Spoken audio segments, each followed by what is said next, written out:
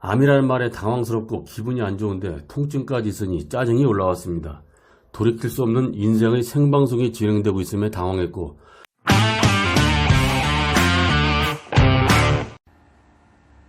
이렇게 소변에서 피가 나오면 빨리 병원에 가셔야 합니다.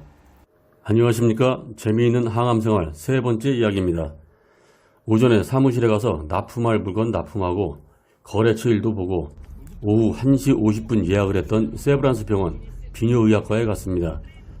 이곳에 세브란스 병원이 있다는 것은 알고 있었고 지인이 이곳에서 큰 수술을 받은 일이 있었는데 제가 오게 될 줄은 몰랐습니다.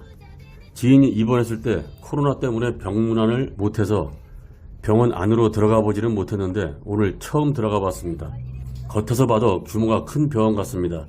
실내 시설도 환자에게 편리하도록 잘 되어 있는 것 같고 서점, 커피 전문점, 편의점, 식당 등 편의시설도 잘 되어 있었습니다. 비뇨의학과에 갔더니 수납을 먼저 하고 오라고 해서 수납을 하고 진료실 앞에서 순서를 기다렸습니다. 순서가 되어 담당 교수와 진료 상담을 했습니다.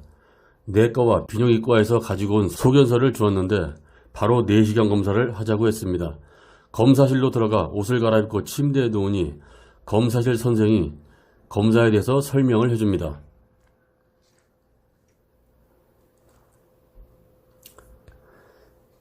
그 좁은 요도에 뭘 넣는다는 자체가 어이없었지만 어쩔 수 없죠 뭐.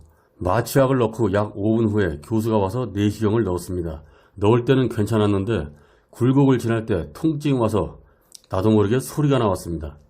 배를 움켜잡고 참았고 내시경 카메라는 방광안을 보여주기 시작했고 저도 볼 수 있었기 때문에 생전 처음 보는 방광안을 볼 수 있었습니다. 촬영하는 소리가 여러 번 들리고 검사가 끝나서 옷을 갈아입고 다시 진료실로 갔습니다.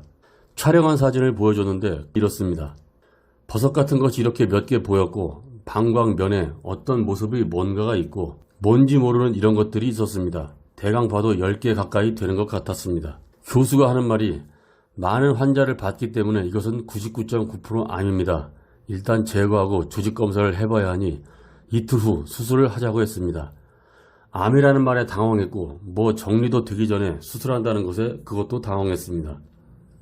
잠시 일정을 파악해보니 해야 할 일이 있어서 다음 26일에 수술 날짜를 잡았습니다. 상담실에 가서 설명을 들으라고 해서 한 10분간 설명을 하는데 귀에 들어오지 않았습니다. 뭐라고 설명했는지 나중에 전화해서 물어봤고 설명을 요약한 설명서를 들고 귀가했습니다. 검사실 나올 때부터 요도에 통증이 있고 소변이 마려웠습니다. 소변을 볼 때 많이 나오지 않는데 계속 소변이 마렵고 통증이 있었습니다. 암이라는 말에 당황스럽고 기분이 안 좋은데 통증까지 있으니 짜증이 올라왔습니다. 몇 년 전 주변에 친구, 선배, 후배가 암으로 세상을 떠났었는데 나한테도 암이 오는구나 라는 것에 큰 충격을 받았습니다. 아주 오래전 군입대할 때 입대 아침까지만 해도 괜찮은데 입대했던 곳 연병장에서 친구들이 떠나가고 입영 장정들만 남았을 때 돌이킬 수 없는 인생의 생방송이 진행되고 있음에 당황했고 도망갈 수도 없는 이 상황에 몹시 복잡했던 기억이 났습니다. 그때와 비슷한 경험이 느껴졌고 당황스러웠습니다. 이틀 후 모임이 있었는데 속상한 나머지 술을 많이 먹고 담배도 많이 피웠습니다.